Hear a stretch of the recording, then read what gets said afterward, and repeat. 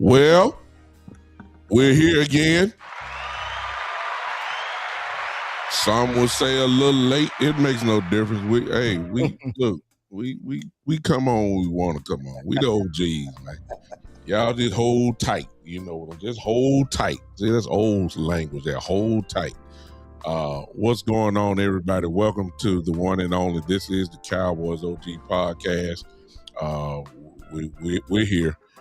Y'all have heard all the rest, and now, as we keep trying to tell y'all want the real truth. Come on in and have a seat, and let's sit down and let's have a little talk. As many of you have had a roller coaster of emotions this week, no question. While we keep trying to tell y'all before we leave, just be cool. Everything will work out. And that's, again, as we hear, I guess we kind of like a group therapy session. Yes, sir. Those that have been high on the roller coaster and had a hard drop. We're here to help you tonight. And I can't do it by myself. I got my brothers with me. We ain't gonna waste too much time. Cowboy Joe is in the building. Put your hands on it. And in the middle, of course, is the glue, one and only B Bird. Put your hands on it. Y'all better be clapping in this chat too. I'm just telling you. Y'all be nice to my brother. We got a lot to talk about, a lot to cover, and we, as usual, we just sitting around, and we'll hopefully we'll hit a point that maybe you want to talk about. Hello to everybody in the chat. Those of you that are on my TikTok channel, what's going on? I know y'all in the house. It's cool. Good to see y'all tonight. It was just unbelievable amount of people that were with me last time. Man, at one point I had 242 people. I don't know what was going on, but it was there. I got somebody on there, Max to Dallas, hashtag Max keeping it real. That's what he calls himself. He said keeping it real. And let's just go ahead and talk, Joe. As always, you kick it off, whatever angle you want to go with. We there for you, man. Let's crank it up because people been waiting to hear from us. I hope you don't let them down, Joe. Go get them. No pressure. Oh no, we gonna just get it going here. Always glad to be on with you guys. It's spring break week. Yeah. So man, we're gonna get this weekend started off. Tonight we gotta talk about linebackers. I think we got some issues there. And of course we can talk about the roller coaster with the Max Crosby situation, and man, it's kind of weird how that whole thing came together. And then last night, pretty late, we made we signed a guy. I think it's pretty interesting signing. But yeah, I'm ready to get it going, man. I'm gonna do a shout out real quick to my line brother, Coach Paul Graham and the Kimball Knights. They won the state championship in basketball tonight, so shout out to them. Awesome. He's a Nuke, one of the legendary coaches in Texas. He's actually in the Texas Black Sports Hall of Fame. Oh man, Paul Graham. So shout out to Paul Graham and the Kimball Knights winning state. Oh yeah, way to go, Nuke. Appreciate you, brother. You're an awesome job. Big Bird, what you got? Man, it was for one thing. I think Carter plays tonight too, so I think Lamarck plays against them. That's downhill with me, so I'm kind of pulling for them. So I think we're going against each other on that one, Cowboy Joe. So my Cowboys are playing for state, and I wasn't going to mention them because I think they playing now. Yeah, and I got cousins down there, so yeah. So man, you said something about a roller coaster ride, and it kind of was this week for me. Yeah. I was down because I didn't necessarily like the Rashawn Gary trade and our inactivity on the first couple of days. But we got the safety. Then we got Kobe Durant. I like that one and some other things. But I think what kind of got me, I asked a question on X, Twitter or whatever. I said, because everybody was saying if this is what the defensive coordinator wants, then this is what he wants. And I hadn't heard anybody actually say that that's what it was. I thought that was just speculation. And then somebody pointed me out that the 105.3, the fan people said that. So if CP wants these guys and he identifies these guys, then, we kind of got to go with them. I mean, if we've been wanting coaches to make these calls or players that fit their schemes, they know better. So since they're making these calls, I wasn't so down on the free agency as I was at first. But it is a caveat to that. We'll get into that later on. Well, y'all dancing around and let's just go on crank it up. Let's just go on crank it up. I'll just say this. And a lot of y'all in the chat, and I'm just about to look at it now. Hello to everybody. Too many names to call out, but I appreciate all of you guys. Listen, I think that Cowboy fans, I didn't at least, because if you've been with us on the OG podcast, you know my stance. I always told you I'm like this.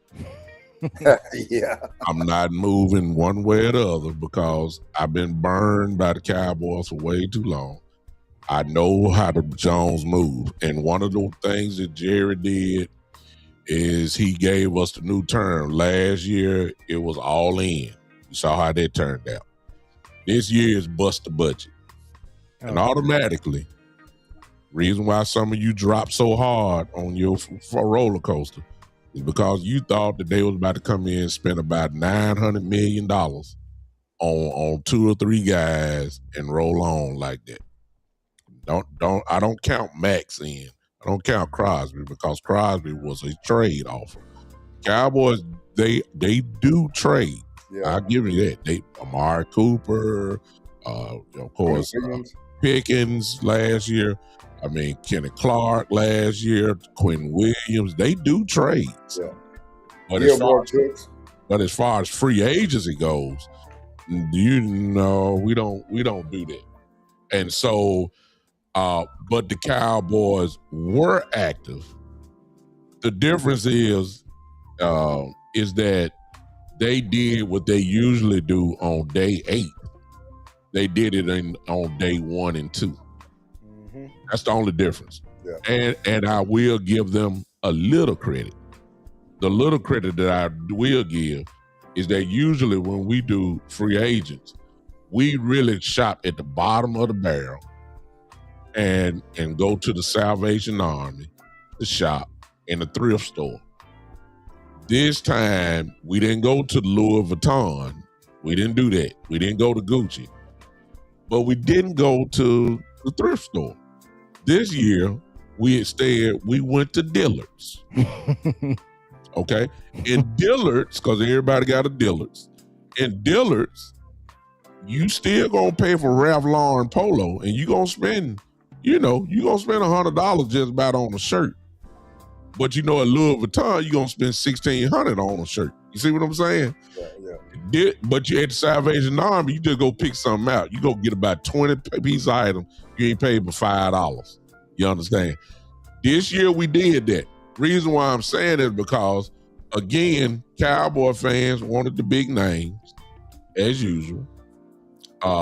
And the way that Jerry had described it, you would have thought that, okay, we going after somebody big. They freed up all the money. They got all this money. They got draft picks. They can really do some wheeling and dealing. And what messed everybody up was that your expectations were just too high. And the Cowboys really just doing what they always have done. Once again, you got some solid guys. I don't want to try to kill Rashad Gary, but you wanted Max Crosby.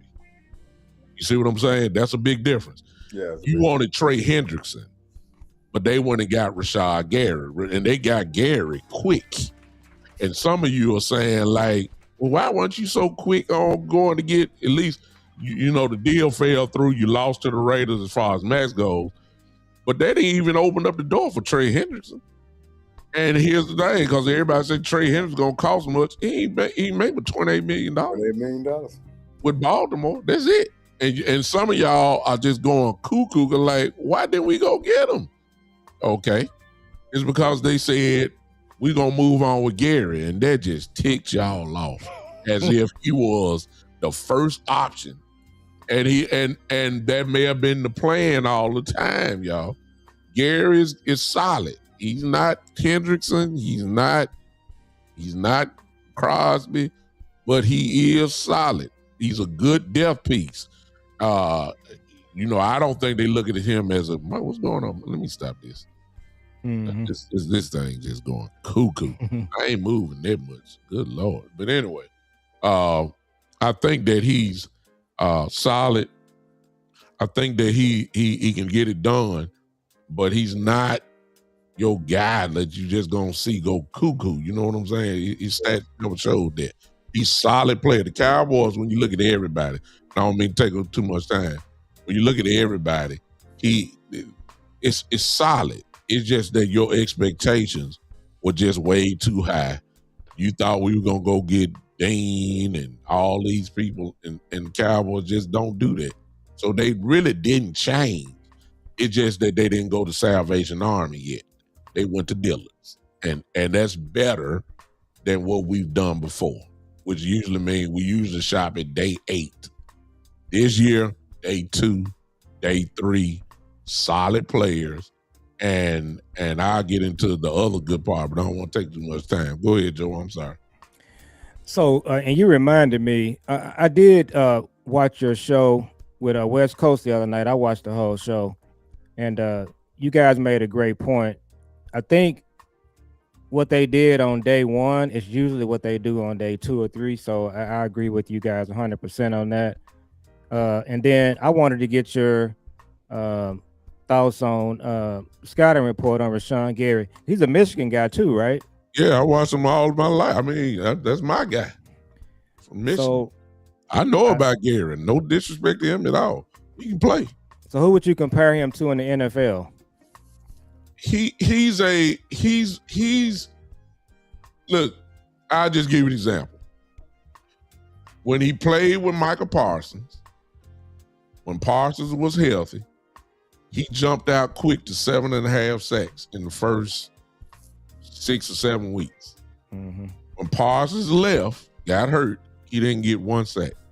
So what does that tell you? He's still solid, but he needs somebody to play with. So what you can do is just kind of translate that to say, okay, he got Quinn Williams. Okay, Quinn gonna take a double team. He can beat you. I think he had 42 pressures last year. That's outstanding.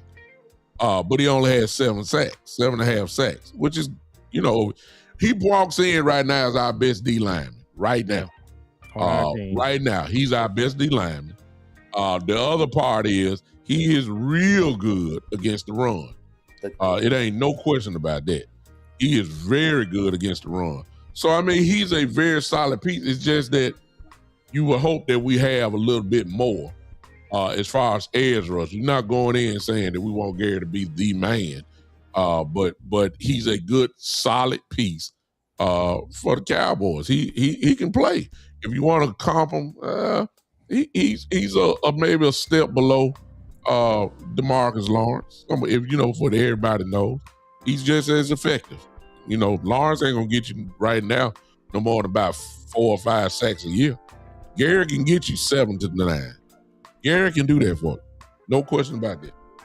So I didn't like the Gary acquisition, partly because after the Max Crosby kind of died down, it seemed like they went straight to that, like that was their plan B. And we're talking about a guy that Green Bay was actually going to cut, right? Yeah, because of money. Yeah, and productivity too, because the last 9 games he didn't get a sack nor a TFL. Exactly. And Micah didn't get hurt until like game the last 6 weeks or something like that. He got hurt a little bit later in the season than that. Okay. Yeah. So some of that was during Michael's time too. Yeah. And did you ever see, big time, since you're a Michigan fan, did you see that all or nothing? Yes. Man, when I saw him on there, I was like, boy, I sure hope we don't draft this guy because he seemed soft. You know what I'm saying? Now he's a young guy, but he seemed soft and kind of, he wasn't a dog then. And so then now that he falls to us, because I was even surprised he got picked in the first round. But I know he's a talented kid. Yeah. Now he's back to us. I said, this that guy I didn't want anyway. You know what I'm saying? From Jump Street. Yeah. But I think he's kind of a poor man's, D-Law, to be honest with you, at this point in time. I still don't think we got that force multiplier on the defensive end yet. No. Yeah, and I just didn't like that being the thing, because really I kind of didn't like the timing of it either, because I think the timing kind of, Jones, they tried to do it during free agency to try to mix it in with free agency. And then they did some other of those ones that they brought back from week 8 to week 1, which I feel like they was in the mix to me, to be honest with you, because they moved a lot of that stuff up. There's a lot of activity going on in the first week or first couple of days or so to make it seem like they're really doing something. A lot of that stuff kind of smoke and mirrors to me, man, because you just depth. Yeah, it's just depth. That's what it was. Yeah, and it wasn't impact players. No impact. Yeah. People say, hey, we got starters from. Hey, you're gonna get starters. You're gonna get people that are gonna compete when you're the 32nd ranked defense, right?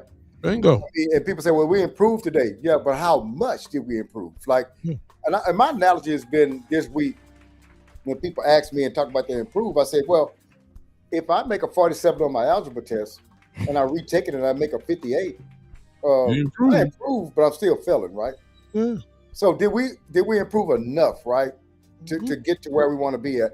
I would love to come out of free agency and being able to go to the draft and just kind of, don't have anything, somebody fall to me that's great, and I don't have to bypass them because of a position. I love to be there, but we hadn't caught on to that yet. And I think my last point would be this. I think, too, we have been so starved and so conditioned that when we do a little bit more than what we're supposed to do, not like a regular team, but a little bit more, well, some of our fans, I saw it on X and Twitter, man, they want standing ovations. And I'm like, no, man, we got to still do more because we in competition with people, right? Yeah. So that's what it is. And people say, well, they did improve. Yeah, they improved, but you're a grown football team. I shouldn't expect improvement. I should expect you competing. Yeah. And I want to. Go ahead, Joe. I'm sorry. Go ahead. So, Jules trying to fix my green screen, but you guys can still hear me. Yeah. Okay.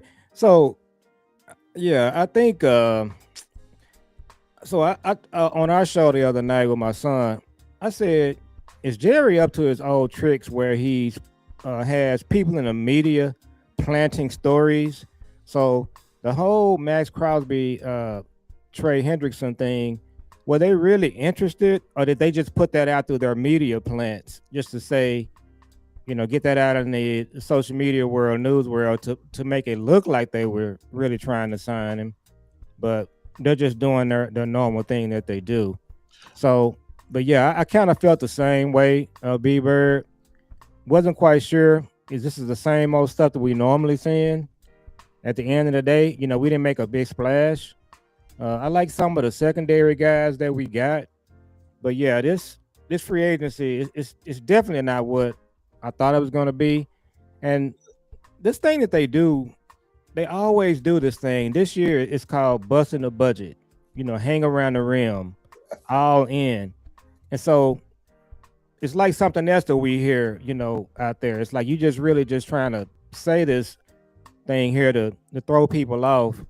But yeah, I'm kind of with you, B-Bird. It just seems like it's kind of the same old thing that we've seen before. They're not spending a lot of money. They got the 3rd round draft pick, but yeah, they left plenty of meat on the bone, big time. That's kind of the way I see it. I think it's the same cheapness. It was just done a little earlier than expected. Mm-hmm. You see my problem. Like I said, I'm just sitting back. I expected this because from last year we heard a statement from Jerry, and I have not forgotten. I've said it almost every week since we've been doing the show. Jerry said it, and I quote, "Why would I pay one guy this amount of money when I can pay 3 guys this amount of money?" Notice the style that they did. The guys that we signed, with the exception of the safety, Thompson, who I thought that's a pretty good signing. Yeah. Thompson will come in as a starter for you.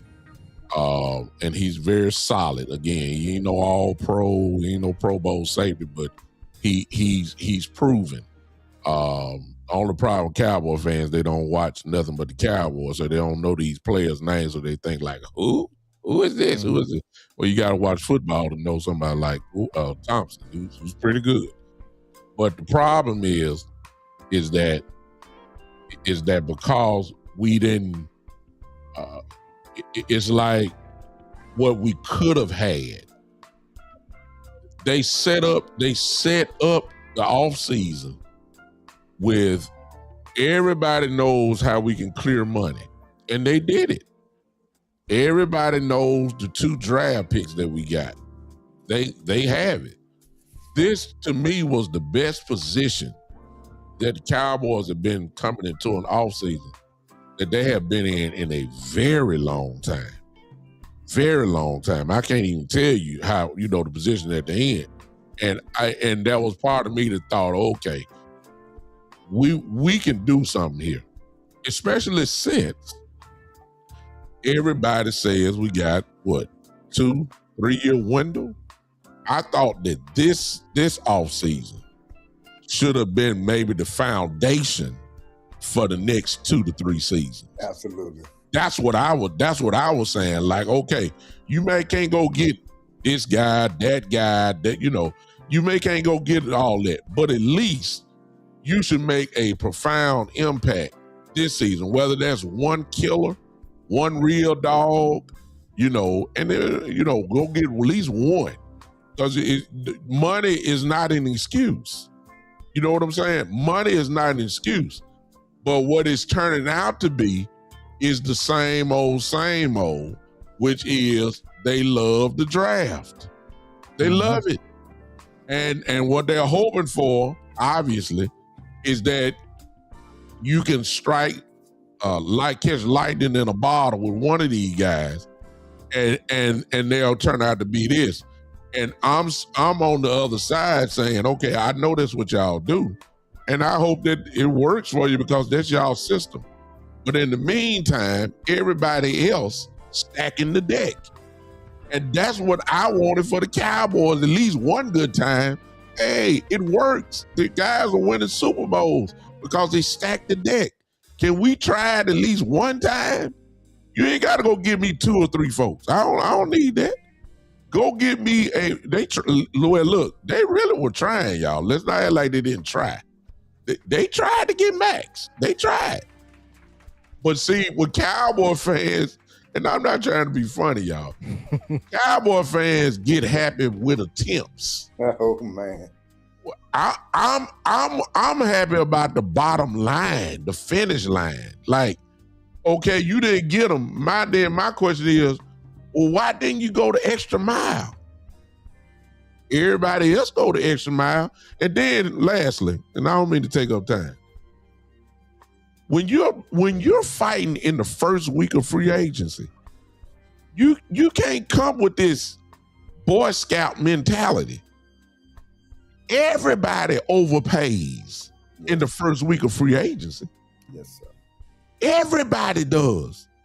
You can't come in here talking, we're going to pay you this amount and this is our number. No. Everybody pays. And if you come into free agency saying, well, Trey Hendrickson, even though the Cowboys didn't do this, I mean, they didn't even knock at the door, which is mind-boggling to me. At least try. They didn't even knock at the door. And to hear Hendrickson, I'm going to say it again, only paying with Baltimore for $28 million. And he had said, I got to have at least 30 plus. Well, if he said I got to have 30 plus, why he signed for 28? I mean, come on. Henderson is playing for $28 million. And look, Henderson may be on the revenge tour. He might want to play Cincinnati twice. Yeah. You know what I'm saying? He might want to stay in the division, play Baltimore and Pittsburgh.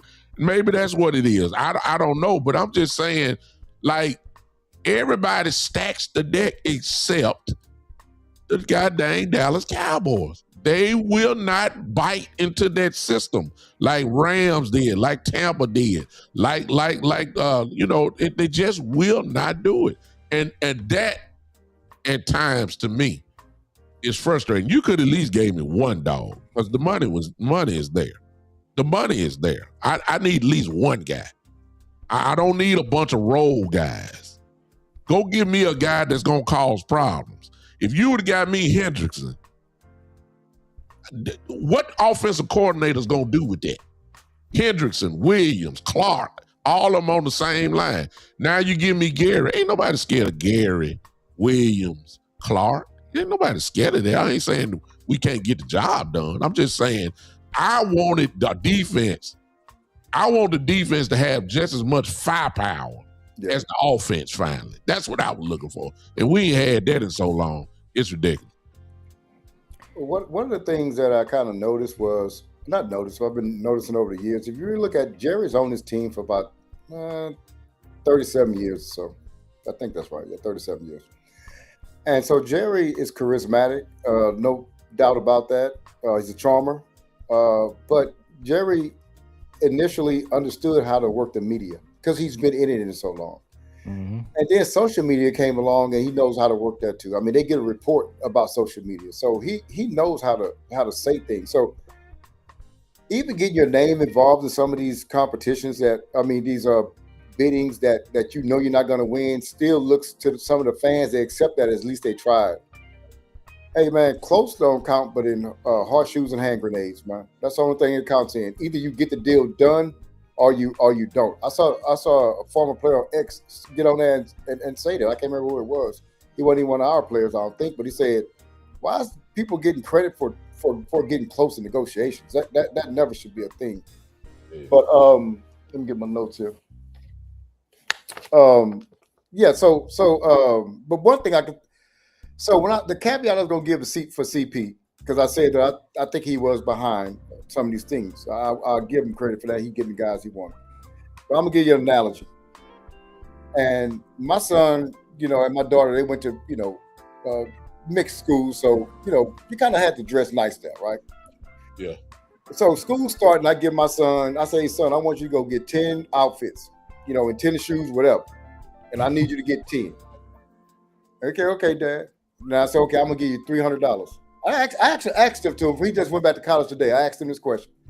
I say, so, but you have to get 10 outfits. Where would you go? He say, bro, there's a coat factory or Marshalls or somewhere. I mean, that's the only place I can get that from. So what I'm saying is these could be CP picks, but he got a budget on who he can pick. That's what I think. I think he got a budget on how much he's gonna spend. Another thing I think the Cowboys go in with a mindset of what they want to spend on the player. And once it gets over that, they're out. No, because the market is always being set, right? As you're negotiating on something.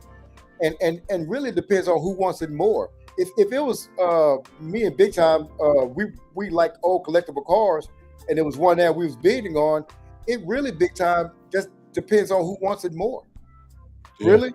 And I might want it, but if you want it more, you're gonna get it, and it's gonna be in your driveway. And now I got to sit up and be thinking about, man, you mean I could have just paid a little bit more and got, yeah, but you got out of it too early.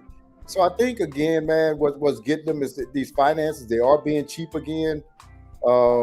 They did a little bit more than what they normally do because we did sign our first free agent to a multi-year contract since Brandon Carr in 2012. So that was something new. But everything else beyond that, and I'm gonna ask y'all a question before I leave, before I get off this. But everything beyond that was pretty much what it's been. This Kobe Durant, I do like him. Yeah. I like him a lot, man. I mean, that's one of the ones I like that, and the Osa trade. That's my biggest ones.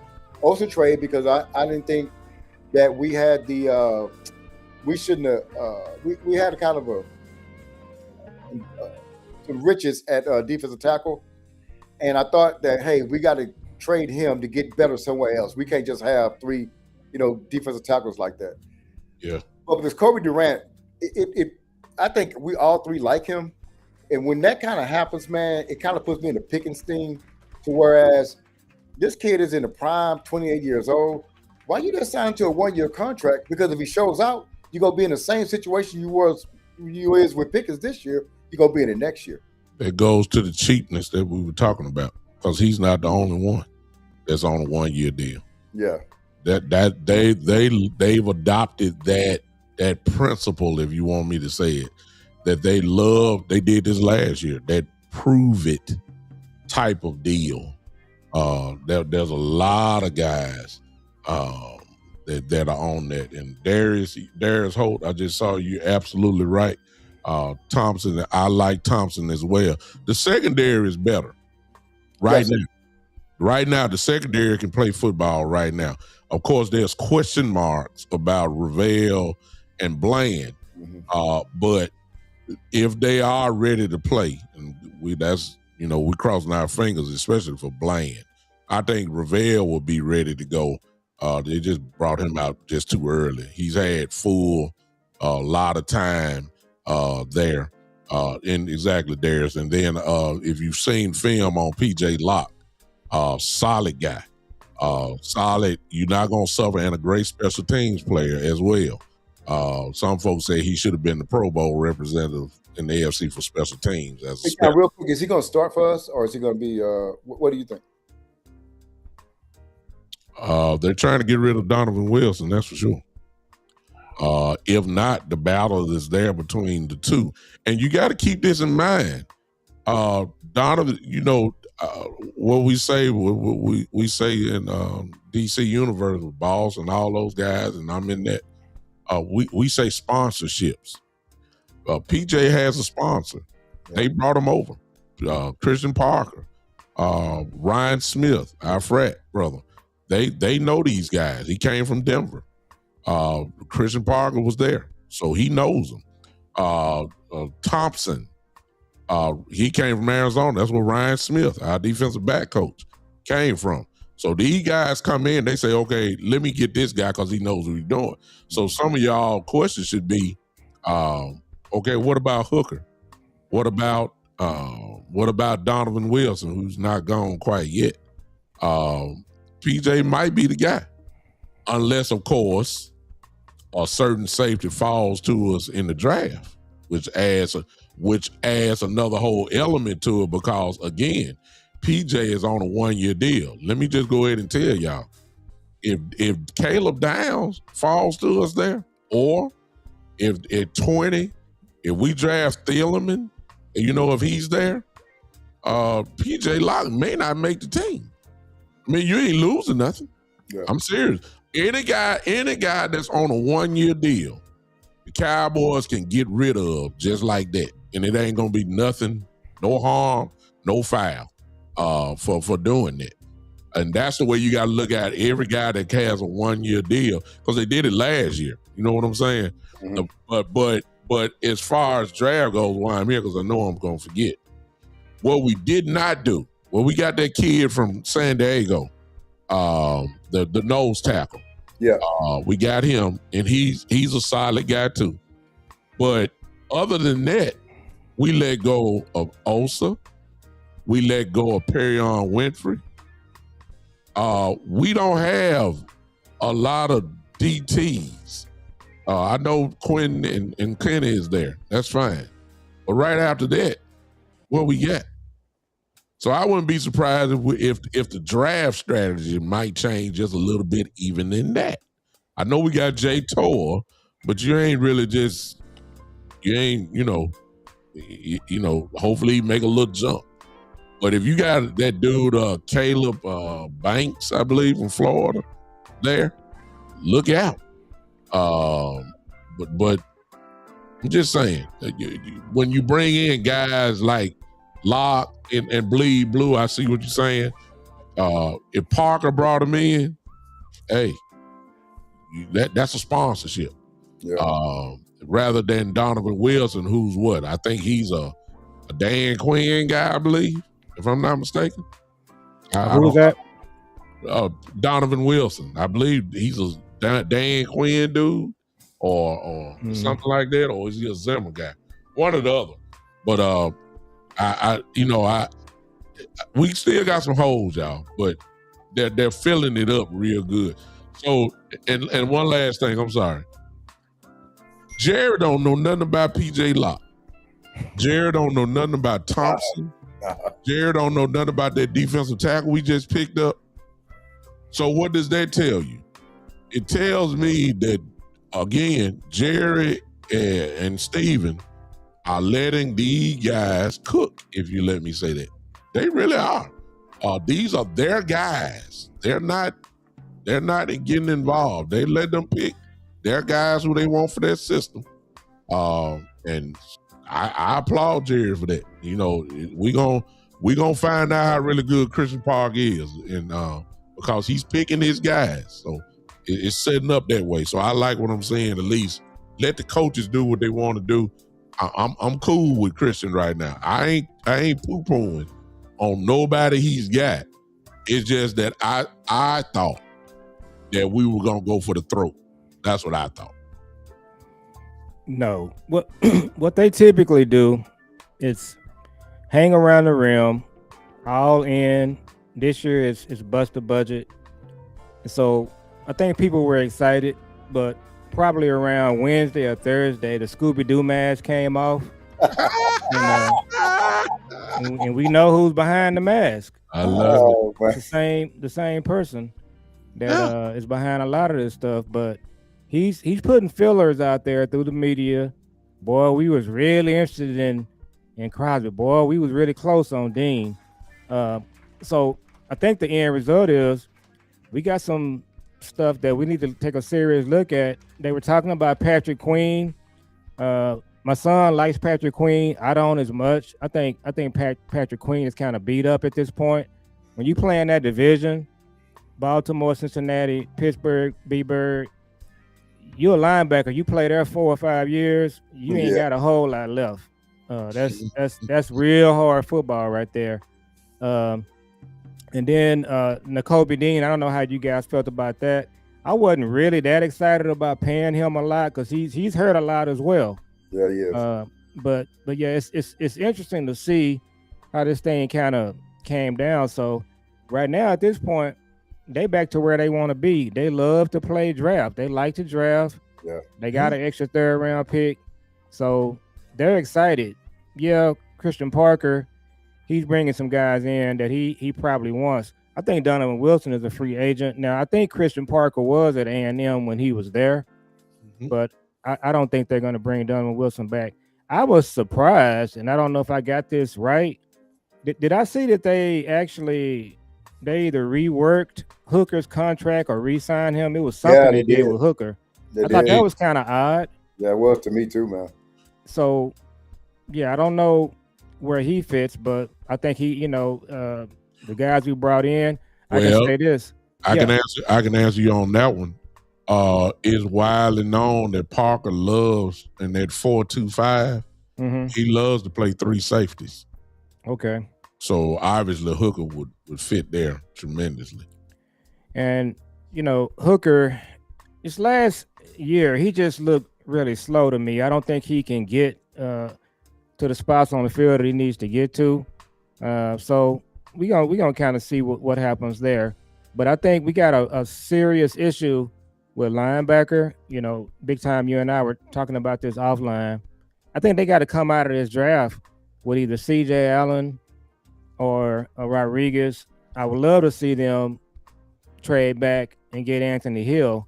But what I was saying on our show the other night, guys, there's just way too much talk about this green dot thing, and I'm like, don't worry about who the green dot player is. We just need to get players. We need guys that can play. Yeah. So you just get good players. You figure all that out later. But I watched C.J. Allen last night. I like him. I would just draft him and play him. Obviously, we know about Rodriguez, but yeah, it's. I think I'm still just kind of feeling the same way about this free agency. The same as you, big time. It was like it just it's just not a whole lot there. They kind of doing the same thing. And I'm gonna tell you what I did notice: Washington and New York, the Giants. They in the free agency heavy. They signing guys that we should have signed. So Jared better just he needs to kind of look at what's happening in this division too. If you're not careful, you could be just left in the dust there. So I think that's kind of what we see happening. They got to pick it up. What do you guys think about there's an edge from Minnesota? Somebody put his name in the chat. Yeah, Green? Grenard. Yeah, Grenard. So that might be someone that they can bring in and sign that'll kind of make this thing look a lot better. But we got a lot of holes to fill, and I'm just not that confident, big time, that they're going to just go all in and get the players they need to get. Well, let me say this. If you don't get who you want, because some of the guys that at least the fan base is targeting in on, those guys may be gone. They're already leaving. Well, that I want to say this, the defense is not going to be 32nd ranked. Right now, they're not going to be 32nd ranked. They're better right now on the board. They're just not going to be the top 10 defense right now, at least as of now. But they're not going to be last this year. Too good of a coach, too good of a players, as of now. It's just not going to happen, barring injury, of course. So I'm going to throw in a monkey wrench. Number one, Brandon Aubrey is not going to be a Dallas Cowboy next year. Wow. That's just my prediction. And however, look, and the Cowboys have positioned themselves quite well because who was that? Somebody signed the deal and became the highest paid kicker in the league. I think Texas kicker. Fairburn. Yeah. Exactly. I think he's 7.5. Cowboys are not going to pay $8 million for a kicker. However, the Cowboys played it very smart. They got a second-round tender, which means if the Cowboys do not sign him, the Cowboys will have a second-round draft pick. So now, because of trading also away, look at the deal. 2 first-round picks, 1 second-round pick, 1 third-round pick now, 1 fourth-round pick. I think they got 2 fifth-round picks. The Cowboys have positioned themselves quite well in this. This is what I want to say. I'm going to throw a monkey wrench in this thing. If you can't light up this defense with some real ball players, how about we just strengthen the strength then? How about we strengthen the offense? Such as, if you're at 12 and Jeremiah Love is there, since you ain't got Brandon Aubrey to kick you 60-yard field goals, why don't you just let your new kicker kick from 35 and 40? Because, see, if you get Jeremiah Love and Javonte Williams back there, I ain't saying we going to just be a running team. I'm just saying the offense gets strengthened. That's called stacking the deck. You're already loaded on offense. Load up another big bullet. How about this one? That kid from Oregon, man, that tight end. Ooh. Oh, my God. Yeah. Oh, my God. Yeah, man, Can y'all imagine that kid with Jake, and you give Dak Prescott that type of weapon? Oh, my goodness. Do you think your offense, and you got Pickens and Lamb, and you go get that kid from Oregon and Jake and Williams? Oh, you strengthen the strength. You make this offense that loaded. So what I'm saying is, look, if you ain't going to really, they are going to go after defense. But if you ain't getting if you ain't getting Styles, if you're not getting Anthony Hill, if you're not getting Jacob Rodriguez, if you're not getting whoever you want at edge out the draft, you getting a rotational guy, but you don't get the guy you want, then go ahead and give Shotty another weapon on offense. If they scoring dang near 30, why not let them score 32? I'm just saying that, look, you got to stack the deck because stack the deck in whatever way you can. This offense is loaded. Why not give it even more pop? Now, if you ain't gonna get who you want, if you wanted Downs, if you wanted Delaney and he's not there, if you wanted whoever, and you just stuck there, if not, hey, everybody say trade back. No, don't trade back. Go on, flip it. Everybody expected Dallas to get defense. If you got Jeremiah Love there and that kid there from Oregon, that tight end, man, come on, man. Let's stack the deck. Go ahead, B-Bert. So I definitely agree with you because I think when special people come about that have special traits like the one in like the Oregon tight end, that's special traits. So I didn't know much about Michael Parsons, right? And so I was talking to Sky on his show before the draft. And I said, hey, man, tell me a little bit about Michael Parsons. He said, man, he's like 6'3", 250-some pounds, and he runs a 4.3. I said, wait, he runs a 4.3 40? He said, yeah, he runs a 4.3 40. Oh, you got to drop that guy. We need linebackers anyway. Yeah. He said, why? I say, because when you find an anomaly like that, you got to go get that, man. You know what I'm saying? And so with the Oregon tight end, you just don't find tight ends that fast like that, man. That agile. And Love is special. And a run game is your best defense sometimes. So if you want to If you want to help your run game, your defense, keep the ball for 3/4 of the game to see how that works. You see the scoring down. Also, too, now we love Williams, but he's not that bam gone. I'm 70 yards out. He's not that guy, man. You know what I'm saying? And Jeremiah Love is that guy. You know what I'm saying? So some of those things where Williams get caught, Love ain't getting caught. He gonna get caught. He gonna get his head up against the goalpost, man. Sir, go ahead, Joe. No, I talked about the Scooby-Doo mask earlier, man. I'm gonna tell y'all, you got to understand who's behind this Scooby-Doo mask. This is what they do, okay? I'm looking at Tankathon right now. So the way it's set up, the players that we want, none of them are there. Nobody's there. Yeah. So what you should do, to your point, B-Bird and Big Time, the smart move would be to take Love or Kenyon Sadiq, the tight end, if he's there. Oh my God! But they're going to take Kendrick Falk because they are who they are. That's what they're going to do. Yeah. This is what they do. They're going to take at 12. They're going to take Falk, and we're going to be here 3 years from now, and we're going to be watching NFL. Still looking for edge. No, we're gonna be doing that, but we're gonna be watching NFL highlights and Kenyon Sadiq and some of these other guys. They're gonna be just tearing this league up, but we're gonna have Falk over here who we gonna be here in year 3 with Falk. They're gonna be saying, well, he's in the best shape he's ever been in his career. He's gonna really do something this year. That's who they are, B-Bird. They don't when they have a chance to just get good players, they just do goofy stuff like take Kendrick Falk. So yeah, I think you know who this defense really needs? Who will be a perfect fit? Michael Parsons. Yeah, he would be perfect. That's true. But the Scooby-Doo mask came off. He was on Fox News. So, that's what you better be looking out for, because that's what they do. So, yeah, Kenyon Sadiq, the tight end from Oregon, if you just get smoked and nobody is there, he would be better than taking Falk, but that's not what they do. Somebody posted in the chat, I think trade down.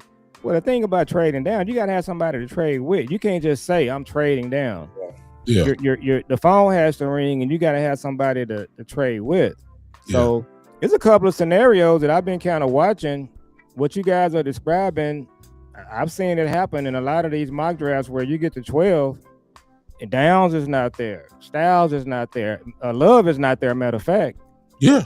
So now would I be okay with Thieneman over Falk? Yes. I would. And so they got us taking him at 12.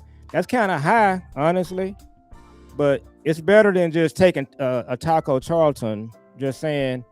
If there's a guy, Joe, and you're absolutely right. The Thieleman stock is doing nothing but rising. Yeah. That I've seen it also was somebody had taken a lot of mocks that had them taken high, somewhere between 12 and 15.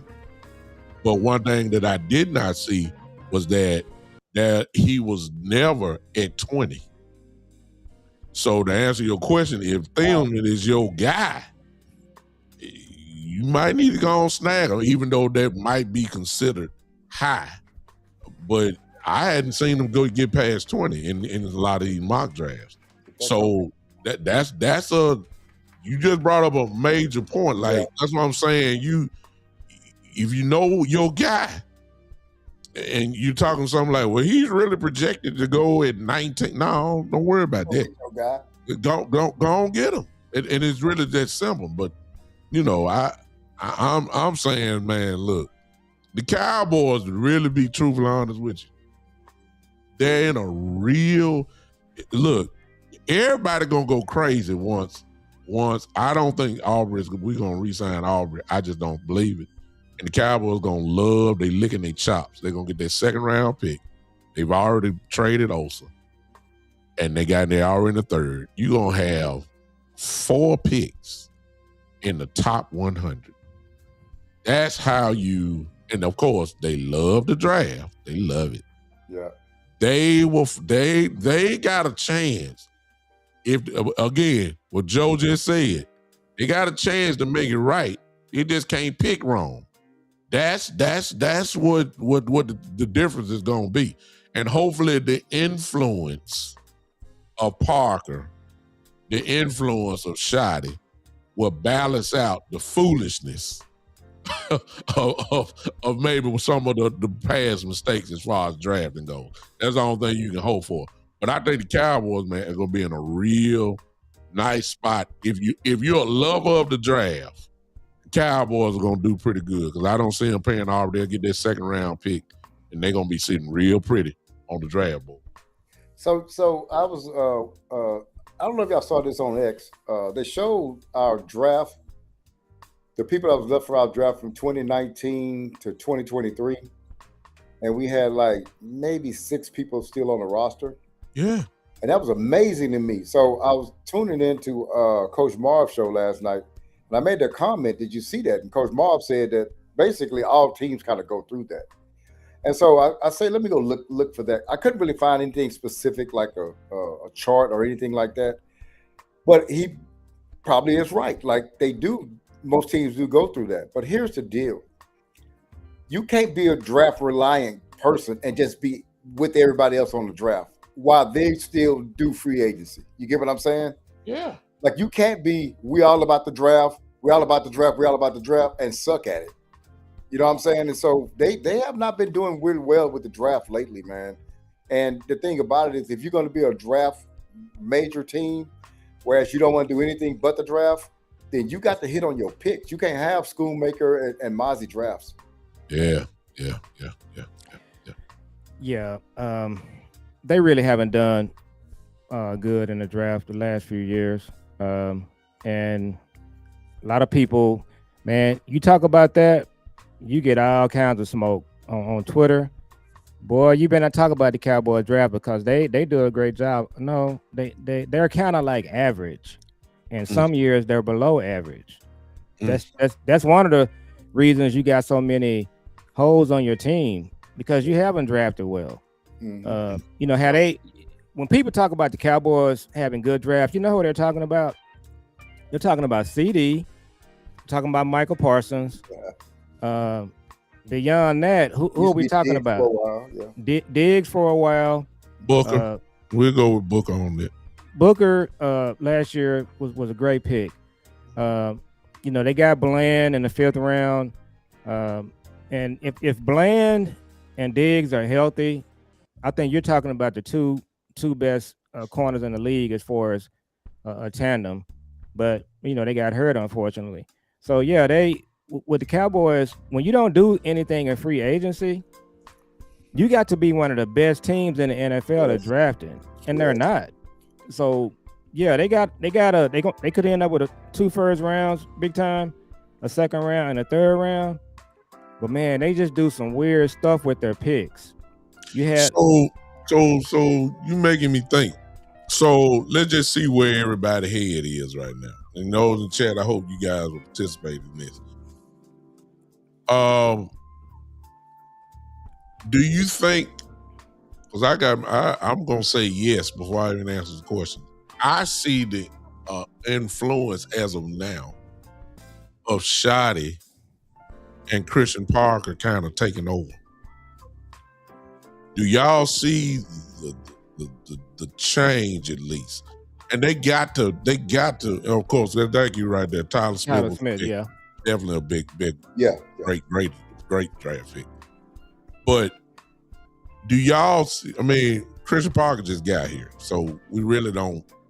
We see the influence because, like I said, some of the players that we got, they know them. Jared don't know nothing about them folks, but he allowed them to go in and get them signed.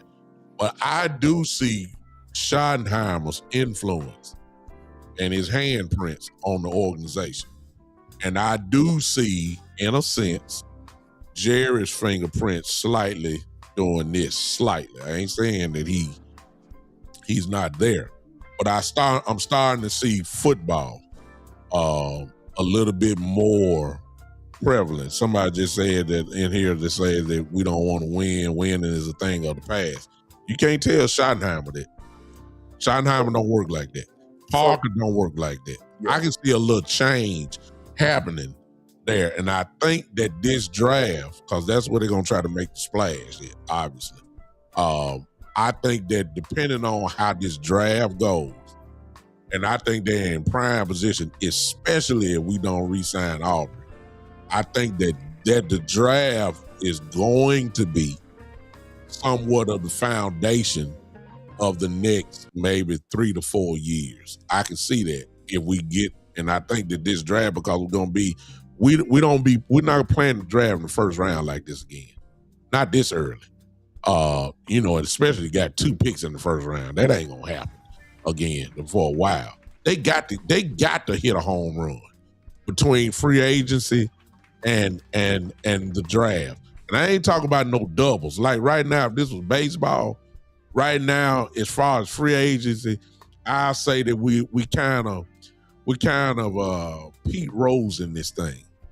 A little single here, a little double here. Ain't no strikeout. You know what I'm saying? But it's just a single and a double. I'm looking for the Barry Bonds now. Now, wherever the Barry Bonds come from, the home run, it ain't gonna come in free agents because we ain't gonna spend that type of money. But I need the draft. If you ain't gonna do it in free agency, I need the home run to come from the draft.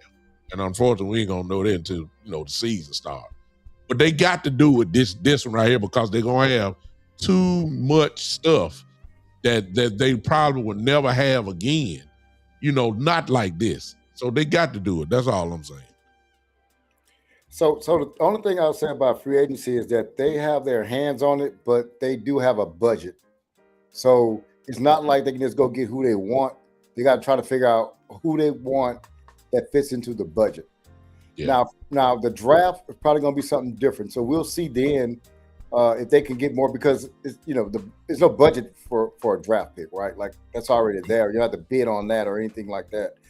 So we'll just see what they do in the draft, but hopefully they do get a lot of say so because that means that football people are actually making the decisions again instead of Jerry's grandson or somebody like that, calling for the players or whatever. So hopefully they are taking over right now. Yeah, I think that's kind of, if you want to just look at it, look at the hopium part of it. So that's what we're hoping that Shotty. Yeah, so Shotty and Christian Parker, we're gonna see. We're gonna see exactly what type of influence they have. But yeah, if you tell me that Shotty and Christian Parker are heavily involved, then I'm feeling pretty good about what they're gonna do. I just think that they're somebody mentioned in the chat their culture. I think a lot of their culture is the front office, and the front office, what they do when they have these drafts, it's like they're playing a game. It's like they're playing Monopoly.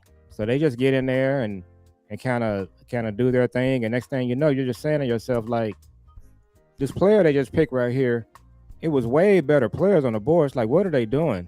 And I'm still gonna say, people like Will Steele, Fuster King, Vach. My son Jules, I could have put them in charge of the Cowboys draft room the last 4 or 5 years, and they would have did a better job. So, but yeah, big time.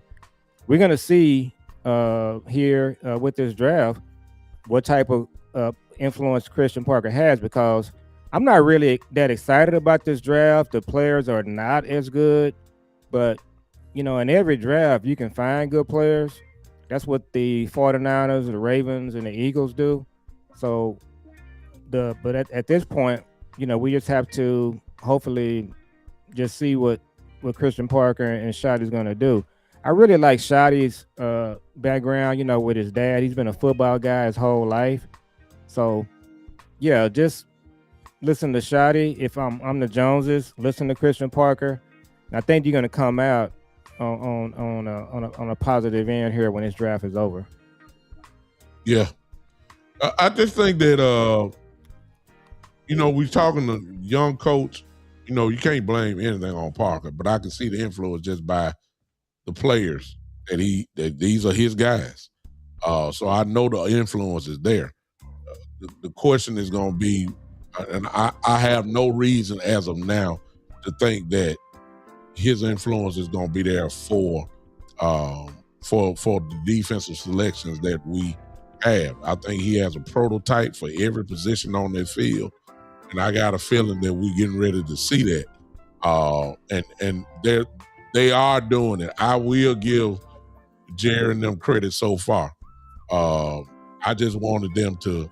Like I said, I just thought that we were really going to go for it as far as stacking the deck. Mm-mm. Now, they still could stack the deck. They just have their version of stacking the deck through the draft. That's what they've been consistent in that. They've been doing that for a while. And I just don't think that that's the way to go. You gotta give me a dog. I need it. I need what you say earlier, B-Bird, a force multiplier. Yes, sir. You got to give me one, just one. Give me CJ one. Allen can do that. I like CJ. CJ can get it done. I love the way he play. I love his style. He's aggressive. He'll knock you into next week. I love him. I would love to have him on the team. And if that's what the case, you may have to trade up. You may have to trade up too. You can with those picks. Yeah.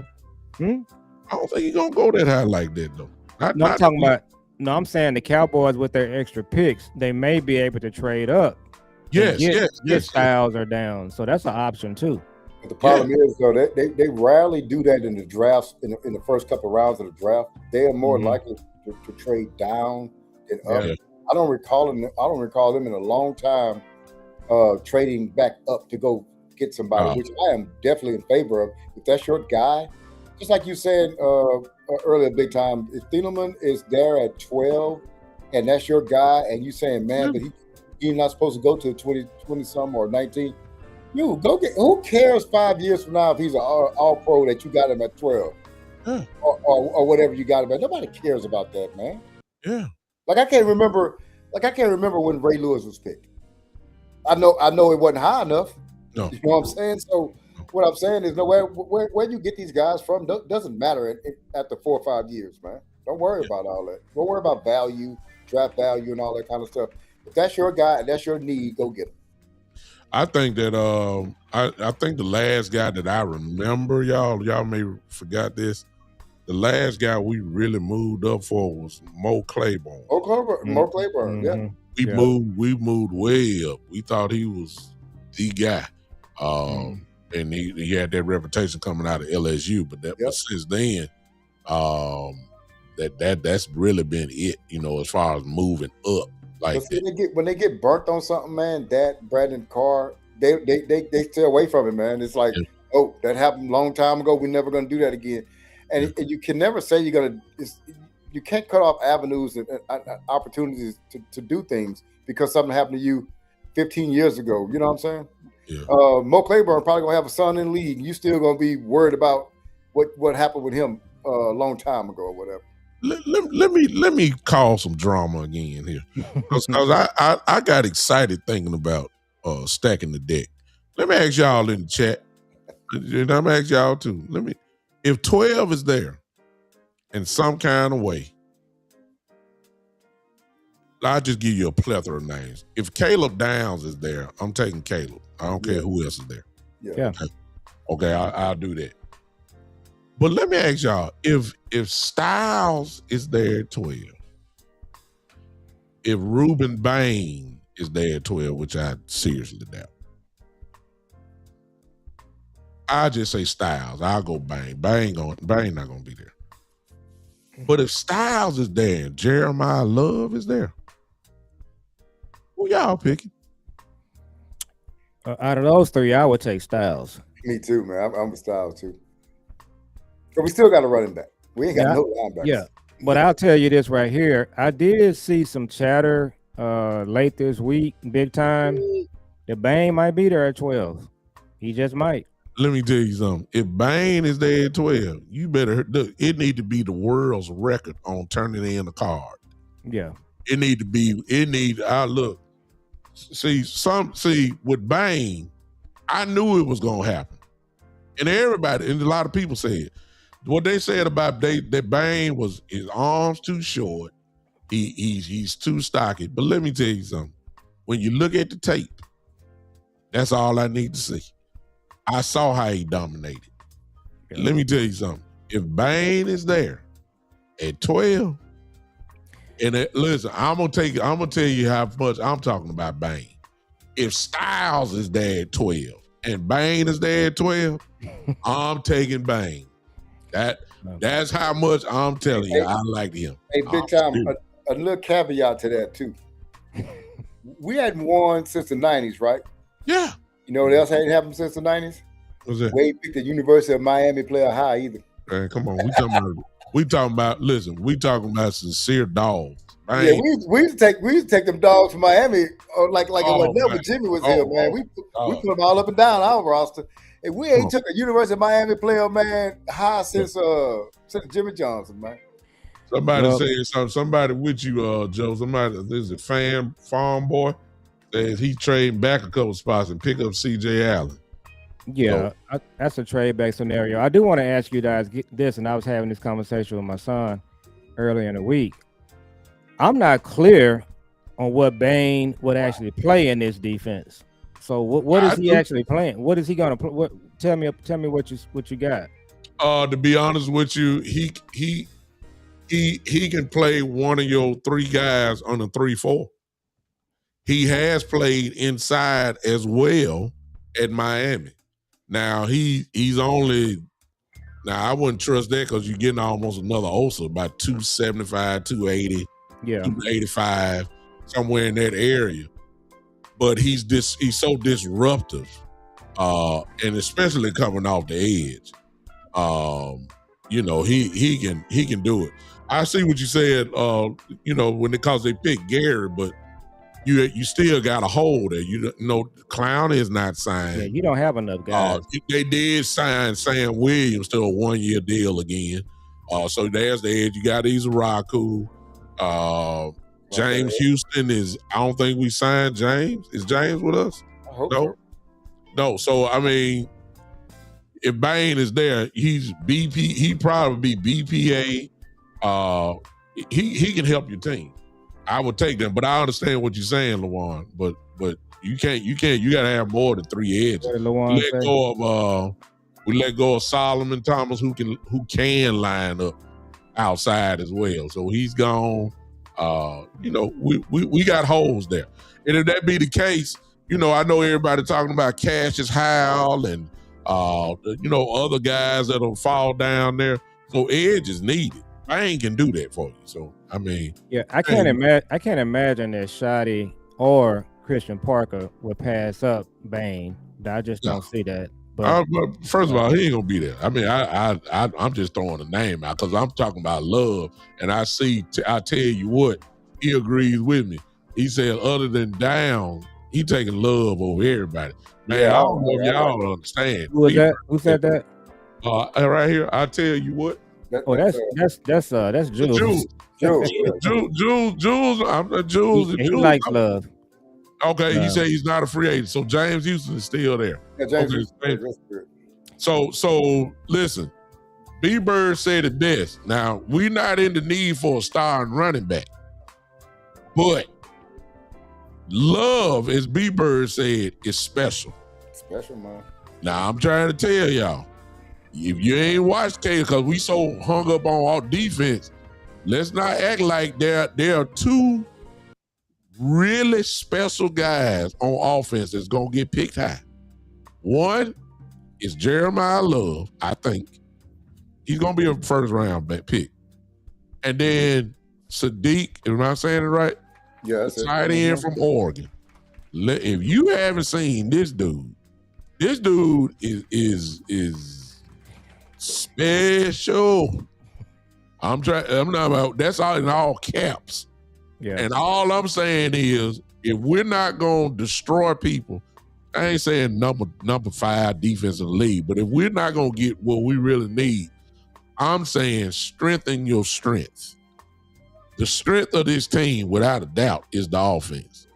Give Dak another bullet in the gun. You give him Jeremiah Love, that's offensive time possession. You got him and Javonte Williams killing it.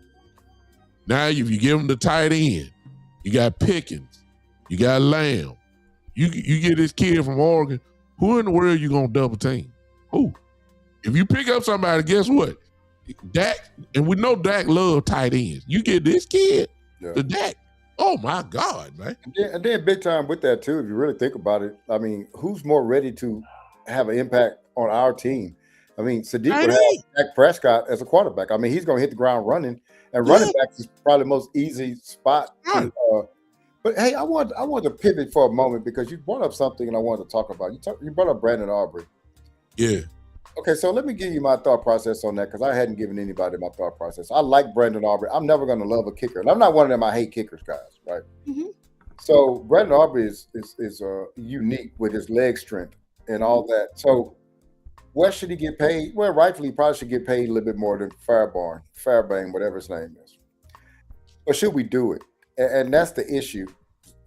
Okay, so my whole thing on kickers is this: they get the yips, man. And once they get that, you don't know when that's going to happen, but once they get it, it's hard for those guys to come back. We've seen it happen to what was that kicker we had that was missing all those extra points? Dan Bailey. Yeah, what wasn't Dan Bailey? Was it? It was. We had Dan Bailey. We had Money Mayer. Money May we used to call. Maybe it was Mayer. Maybe it was the one that missed those kicks and we missed all those extra points in that Tampa Bay win we had. The playoff game, yeah. And those guys just go bad all of a sudden, man. So now you've committed yourself to a guy that got the yips. He don't even have confidence that he's going to even be able to hit a 40-yarder. We saw Aubrey start kind of missing a few field goals at the end of last year. So he at first he was Mr. Automatic. He was special. Like, well, this guy don't miss anything. Then he got into the thing where he started missing a few of them. And my confidence level for him kicking wasn't as high as it was before. So I don't know if you want to commit yourself that long with him. And then, as you said, you get your offense good, and now you don't need 60-yard kicks. You don't need 60 yards. Yeah. So I mean, I don't know about signing him. I know if you're gonna pay a kicker, he probably stands in line to get a bigger deal than the Texans kicker. But I just don't know if you want to, hey, those guys fall off a cliff real fast, man, mentally. I will say this, Farm Boy. I see you coming. You say Aubrey's worth more than a second-round pick. I don't know about that. And I will give him $8.5 million. I will agree with you, Farm Boy. He deserves to be the highest-paid kicker in the league. Yeah. There's no question about that. Yeah. But there's a second-round tender on him. And as you know, since you're a Cowboy fan, you know how much the Cowboys love to draft. And the idea now that the Cowboys will have a pick in every round, I think they like that more than paying that amount of money. We don't even pay running backs that amount of money. We don't even pay running backs that. We didn't even get Derrick Henry because we didn't even sign Tony Pollard because he wanted that. Come on now. I mean, think about it. We don't, and you gonna pay a kicker that? I just don't think they're gonna. I believe that when Aubrey negotiates with these other teams and they say 8, because Aubrey's gonna have to reset the market. I think it's 7.5. I think that's what it is for a kid from Houston. Listen to me, y'all.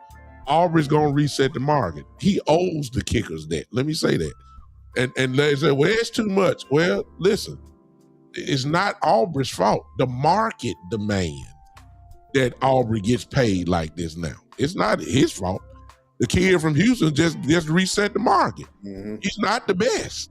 Aubrey is the best. Aubrey is going to reset the market. I don't think the Cowboys going to do that. And the idea, again, like I said, they get a second-round pick, and they just got the third with trading Olsen. You got 2 in the first round? Come on now. Look, the Cowboys, they'll be licking their chops with that one now. That's just me. Yeah, and he has Todd France he's a big-time agent too. So, but I agree with you guys. I'm not really sure that Brandon Aubrey is going to find another team that's going to pay him that. And give us a second-round pick. Yeah, so they probably gonna just settle this thing around 8 million, which is pretty high for a kicker. But I'm also with you, B Bird. Kind of toward the end of last season, I think Shotty kind of got carried away with these long kicks and he started Hey, missing them. Yeah. And that's how you give your kicker the yips. You just start trying all these long distance kicks, and a couple of them was outdoors. Yeah. And he was missing them. So, but yeah, what about this one? B? I don't mean to interrupt you, Joe, but what about this one? He took the long kicks and missed a few of them, and then now you give the opposing offense only 40 yards. Correct. Oh yeah. That's and may I remind all of you, that was the worst defense in the league last year. So you know how that turned out.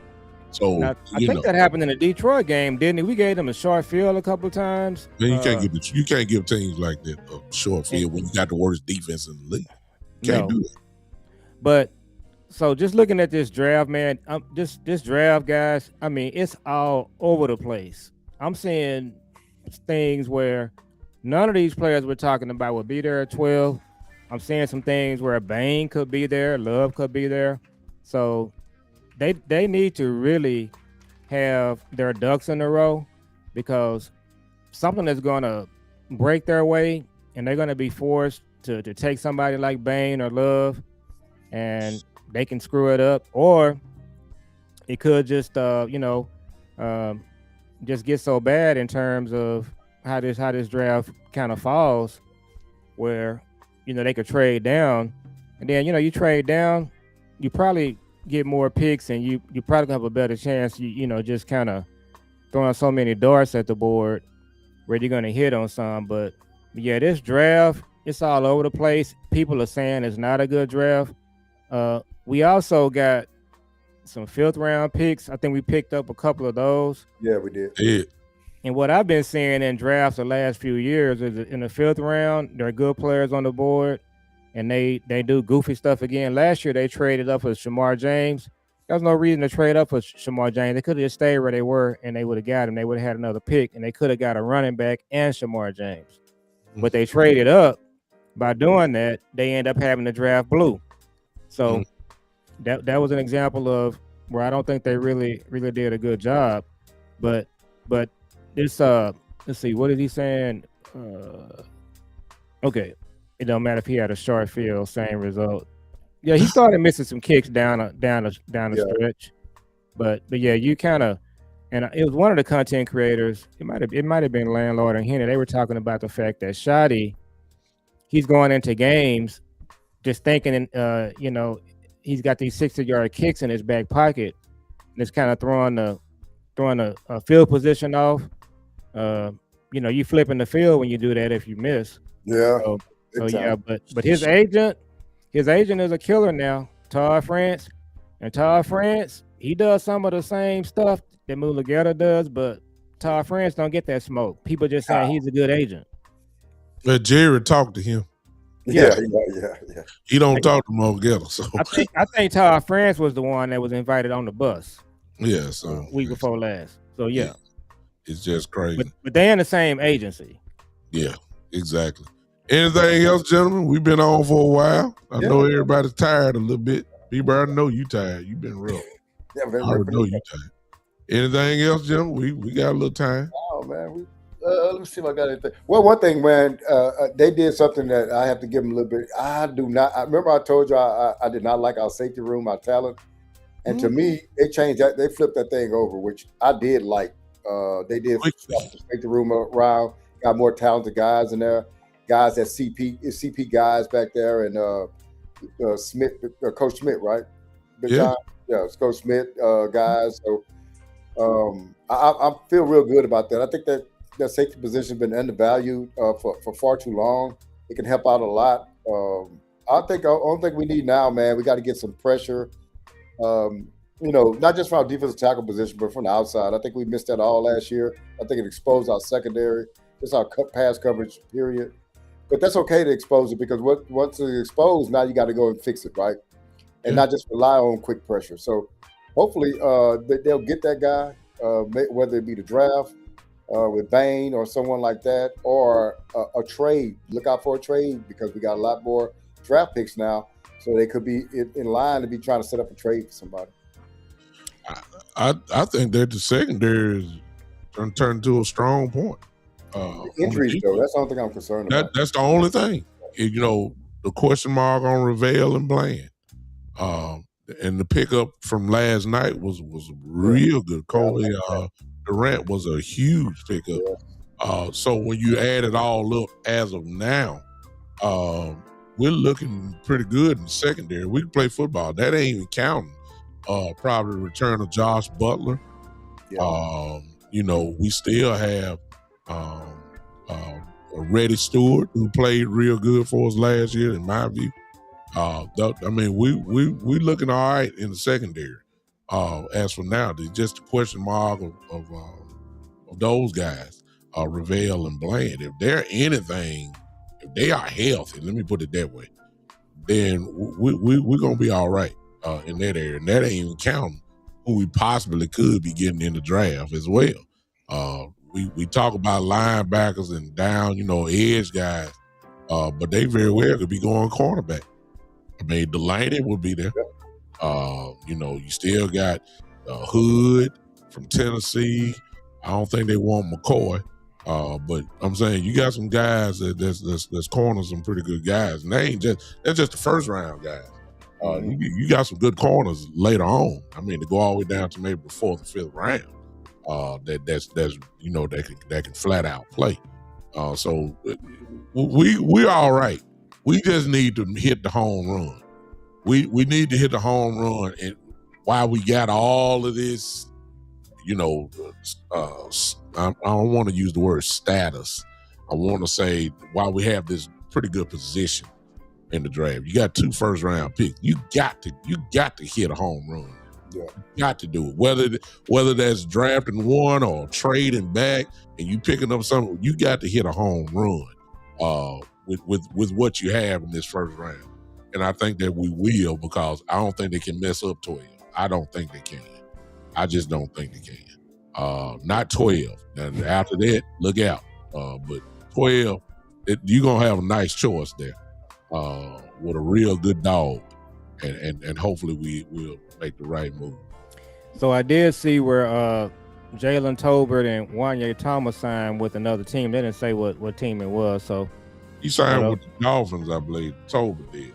Tolbert, okay. And Wanye signed with the Colts. With the Colts? Yeah.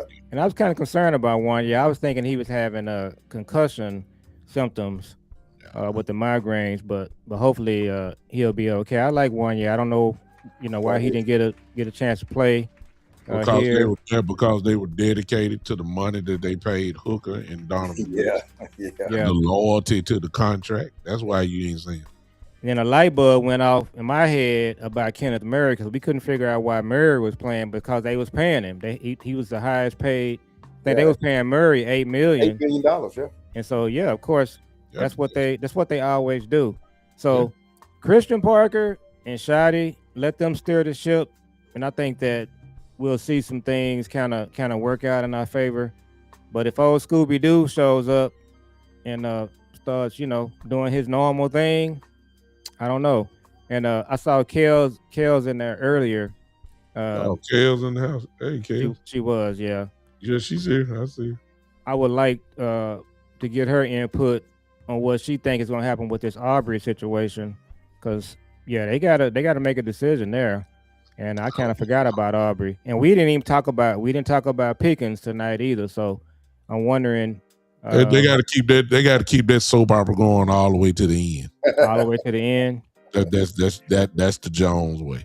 They already know what they're gonna do. Me personally, I don't think that I don't think that. I didn't never think it was in the cards to do them long term. I think they're in love with paying that little $28 million. Yeah, it's for the franchise tag. I can say it ain't like that. That's not above them. They can do that. I just don't see it. Well, B-Bird, he had it. Around. So B-Bird had it right out along. They should have just got the deal done when they traded for him. Yeah. And it would be done. Yeah. So that's what they should have did. Yeah. But it's hard. But go ahead. I'm sorry. Go ahead. No, I say that they will be that thing right there will be done. They should have just got it. They should have got it done when they traded for him. Yeah. All right. I'm done. Y'all good? What? Yeah, yeah, man. Good show, man. Hey, we good. Yep. Appreciate all of you guys that are hanging. X Twitter, I'm a little upset with y'all because I got a few people on there. I looked down, I saw 38 people on there. Ain't nobody said nothing to me on Twitter. Y'all just watching. Ain't nobody speaking or nothing. I don't like that. And then of course, all of you that are on TikTok, man, goodness. So how many people on TikTok? I had at one point I had 97. And I got 4,431 likes on TikTok. Y'all better get on this TikTok, man. Well, I tried to hook it on my it wouldn't hook up. I don't know what happened. You can do it. You only get how many channels? Oh, you can't because I got at the time, I don't know how many channels we got. I got the ability, I put it on there, but it says it don't hook up. So we'll talk about it offline. Yeah, the TikTok and Twitter situation, I'm still trying to figure that out. But my son, we did a video, I think it was Wednesday night. You're not even on here, B-Bird. It's one of my drop downs. When I put on there, it says that it cannot hook up live to Twitter. Can't stream live. Can't stream live to TikTok. Yeah. Okay. I got to go back and look at it though.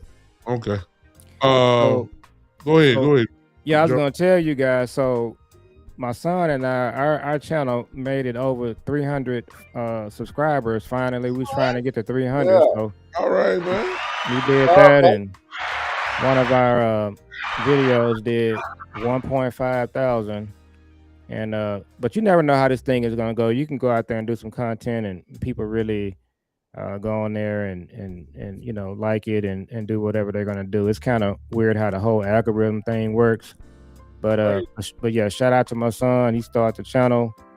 So our show is called Father and Son Cowboys and Sports Talk. You find us on YouTube. You can follow me on Twitter at CowboyJoe64. So we're still trying to figure this thing out with TikTok and Twitter and all the other stuff there, but we'll start doing a few more things here with our channel. And so go on there and subscribe. And then we always want to promote B-Bird and his channel. Of course, Big Time Show has been doing great things. And so Big Time, for the most part, I'll watch your show kind of like during the day whenever you do your ride. I did watch you with West Coast the other night. It was like, I think I was watching your show with West Coast. It might have been like 11:30. It was late. Yeah. I didn't see the one you had on with the pastor. When was that one? That was Monday night, last Monday night. You was on with West Coast Wednesday, or was it Thursday? Yes, I was on with him on Wednesday, I believe. Okay. So yeah, I'll go back and watch that one. Yeah, but yeah, man. But always great to be on with you guys. I really think we got a really good thing going, and people a lot of people are watching this OG podcast. So always great to be on with you guys. And then last but not least, shout out to my Carter Cowboys. They did win state. And then Dallas Madison won state also. That's a school that my dad graduated from.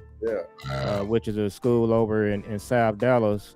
So we got 3, and I think Kimball girls won 2, B-Bird. So shout out to all of the teams in the Dallas-Fort Worth area that won state championship in basketball. Well, they could Carter could at least waited till this podcast was over with until they won. And then, so one of my cousins said they was up by 34 at one point. Hey, look, I got a text of the picture of the final score. I was like, whoa, that's a butt whooping too. Wow. Yeah. And so hey, B-Bird Cowboys. My son went back to college today, man, and when he's walking out the door, he said, "Dad, we've been going to do another show, so we got to do something pretty soon." But y'all can check me out on B-Bird Cowboys on Twitter and on YouTube.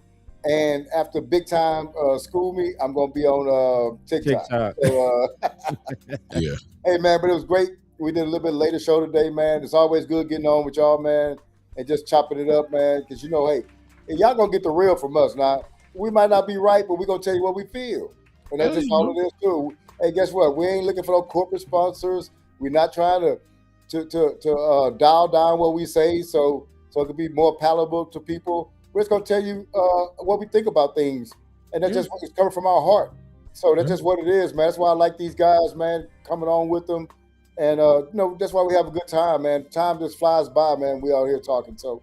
Hey, I appreciate it. And big time, I didn't know you did all those shows with everybody else, man. I got to go and check them out, brother. Hey man, we it's busy. And Yeah. listen, maybe B Bird, I don't know. I'm off this week, so everybody be kind of looking out for me, and hopefully maybe during the day. I don't know how y'all schedules are. Y'all can come on with me. Whoever's free. Yeah, I'm gonna put the bat signal up. Whoever come. You know what I'm saying? So, and I got plenty of friends. Some of them are in here. Jules, you in here? Listen, I don't know what you're doing today, but you come get some of this work too. We working. We working next week. So look for me. Listen, big time show, Facebook, YouTube, Twitter. All of these guys. I'm really not concerned about mine. I want to get my brothers. I want to get their channels monetized completely. So I know Joe just said 300. We're on the push for 1,000 for YouTube for him and his son. Yes, So for all of you that are on the big time show, if you have not subscribed to him and his son's channel, please go do that. Just go do it. You see the kind of quality that he has. Same thing with B Bird on the push for over 1,000 on his. Go to B Bird Cowboys, whichever one, YouTube, Facebook, whichever, and let's go follow them. Let's pump up the brothers there. If you're on their channels and you haven't subscribed to my channel, it's easy right there, the big time. So go ahead and do that. We do it, but let me tell you something. It's powerful when we do it together. And we've had some great shows. My channel, for instance, is not even counting their channels, but my channel alone, my YouTube channel, this show is producing at least right at 17 to 1,800 views. Wow. And I've had plenty over 2,000 of just from this show. Yeah. That's not counting B Bird and Joe's channel, so it ain't no telling how many people. That's just in YouTube land. We ain't counted Facebook. I ain't counted TikTok. It's just like I said right now. Let me go to it one more time. I'm in TikTok and just on my channel, and I still got people joining right now. It's over 4,431 likes. And that's amazing. And it's been 98, so as of now, 98 viewers that have tuned in to watching it. So the audience is there. We just gotta go find it. So this show is doing quite well. Appreciate everybody that's in here. I need everybody to hit that like button. I didn't do it earlier, and some of you probably haven't done it. Whatever channel you're watching from, go ahead and smash it real quick. We're getting ready to get off here. But hit the like button, heart button, whatever you got there. Smash it about 20 times. We haven't done what I'm going to suggest that they do, because we just like talking. However, we are content creators. And I can speak from my personal business, not being braggadocious, but all my channels are monetized. But there is a way that you guys can help out Joe and B Bird, and we'll do this next show. We're gonna put our cash apps up there. Everybody else do it, so we're gonna do it too. So y'all ain't talking about that. We're gonna put our cash app right under our names there. And thanks whoever that was. Steve Jones, I don't know who you just subscribed to, but I'm quite sure I speak for all of us. Thank you to whoever appreciate it. Yeah, appreciate it, Steve. All three of us. Hopefully that's the case. But we're gonna put our cash ups up next time. These guys are some great content creators, and I think that you ought to share in that way as well. If you like it, why not? It's just that simple. So we're just grinding. We're having fun. Hey, it costs all these microphones and platforms that we use. B Bird with his Godfather background. Yeah, look like he just yeah, he look like Michael, the black Michael Corleone back there. It's good. But ladies and gentlemen, hey, we did it again. We're coming. Usually Friday night at 7:00 is our usual time. We don't come along. If all three of us don't come, we're not gonna do it. Made that commitment. This time it was about an hour late, but it wasn't late enough. The OGs stepped out. We stomped on, and look, as I said before, you see how B Bird looking right now, y'all. Look at B Bird. Yeah, don't move. He's the Godfather. You see how you see him. That's a good way to close. While everybody else is having roller coasters, the OGs are just like this. Mm-hmm. We know Jerry Jones. We're not gonna get too excited. That's right. We told y'all what was gonna happen, and here we are again. Until next week, ladies and gentlemen, on behalf of Joe, B Bird, and myself, this has been the one and the only Cowboys OG podcast. Thanks for hanging with us. We'll see y'all next week. Or you might guys. This week. Who knows? We might show up this week. Never know. Something big happen. All right, fellas. All right. Have a good one. All right.